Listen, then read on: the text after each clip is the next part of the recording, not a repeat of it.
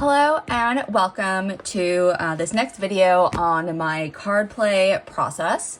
In this video, I'm going to be talking about the value of imagery cards and why they can be such potent, powerful tools for self-exploration and personal growth. Then I'm also going to be sharing a little bit about the three main types of card decks or tools or props that you could use in this type of a process. In future videos, I'm going to go into other types of card decks that you could use and other types of like what I think about as props really.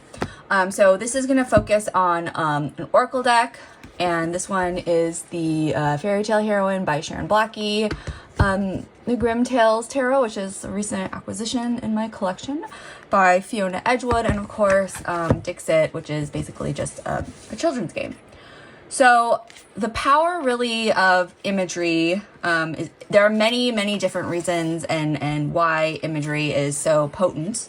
And when we're using these types of cards with imagery, the focus really is on that imagery and what it elicits in you or what it brings up for you. And I'm going to talk a little bit more about that also in other videos, but like particularly if we're using like a tarot deck or even an oracle deck, they will often come with a guidebook. And of course, if you, you know, are really into tarot, you might know or look up traditional meanings of the card. So, you know, the Seven of Wands would have a specific meaning. But in card play, that's not as important as what the imagery of the card brings up for you at the time that you see it and in the context of the prompt or whatever it is that you're exploring. And there's a lot of different ways to work with imagery that I'll talk about in other videos. Like I said, the focus of this video is really just on why these three types of cards are so important and how we can work with imagery or not work with imagery, but why it's a really powerful tool or process working with imagery.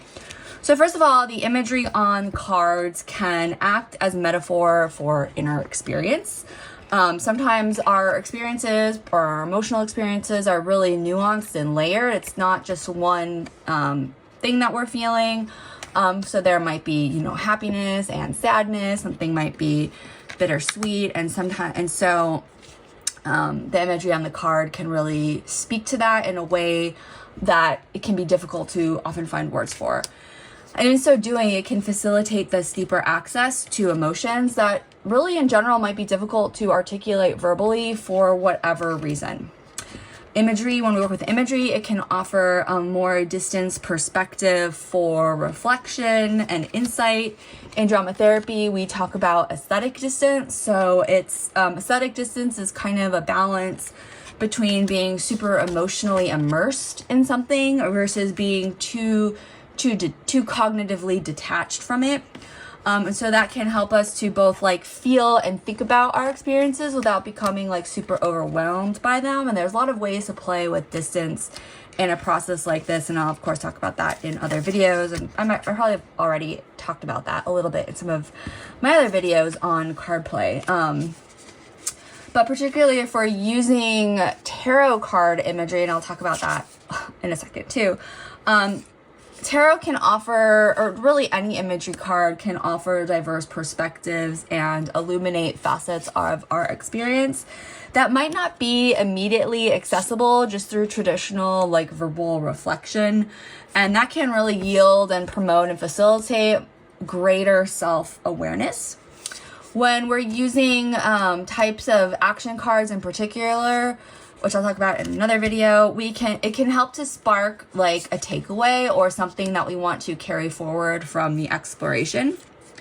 Like I was talking about earlier, it can be really difficult to express something until we actually see it and as an image, right? It can be like, oh my gosh, my experience feels like this. This is what it feels like. And that's a much more, that can be a really rich way to start to interact with something. Because when we're doing that, we're starting to concretize, right? We're starting to make something tangible that's just in our minds. And once we have concretized it, whether it's in an image or even as an object, we can start to do something with it. We can say, okay, if this is where I'm at, what represents like the next step? What does this need? What does this need to shift, to move? And we can start to I say manipulate in the sense of we can start to like actually work with it in a much more concrete way. And like particularly when we're using tarot, tarot cards, I think of them as each card kind of reflecting a facet of the human experience, one fragment of it as kind of like one facet, one side of a much larger crystal. So we can look at an experience, the same experience, you know, from different perspectives, right? So tarot cards in general, okay, so when we're using tarot, if you want to use a tarot card, again, the focus is on the imagery and what it brings up in you. So it's not so much about what the traditional meanings are or what the guidebook says. It's kind of like what it brings up for you when you see the card. And just as an example of that, I was using a tarot deck and I had a card, and to me it looked like the figure was sleeping. It wasn't this deck.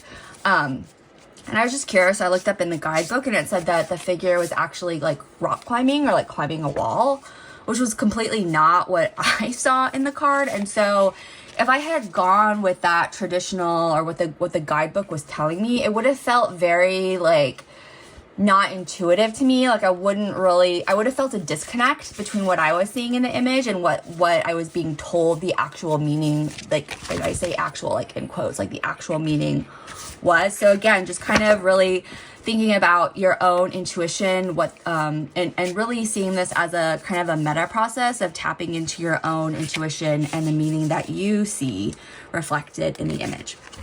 So oracle decks, there are lots of different types of oracle decks.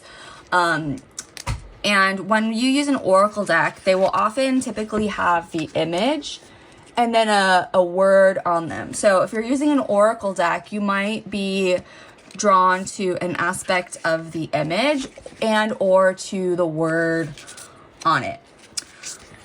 So that's how oracle decks, and oracle decks also, you know, will typically have like a guidebook, but again, the meaning in the guidebook isn't so important as what what's resonating for you in terms of the image.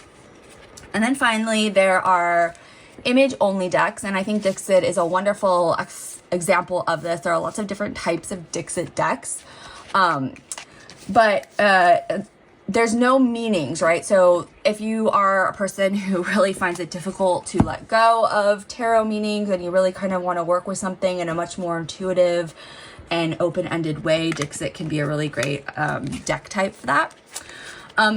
Or you can use photographs. That would obviously be much more personal if they're your own photographs, or found images or postcards you could use, or what was I going to say? Greeting cards, things like that.